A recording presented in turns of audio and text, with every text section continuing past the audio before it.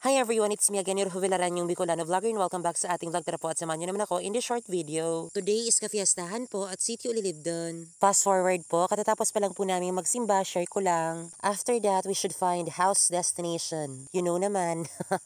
Ano na yan? Sabi ako na ba't magkawit ang rurong ko?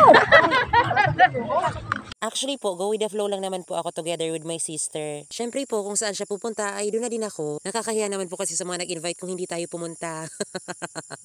Yung paglalakad nga po namin is going here, going there, going everywhere. Kaya pa ba?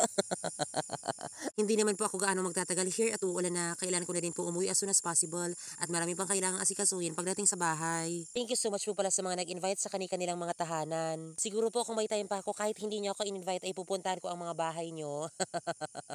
Magpapahinga po muna ako ng slide together with my sister na ganda-gandahan. Then uwi na din po after. Kaya thank you so much for watching this video. Until next time, bye-bye!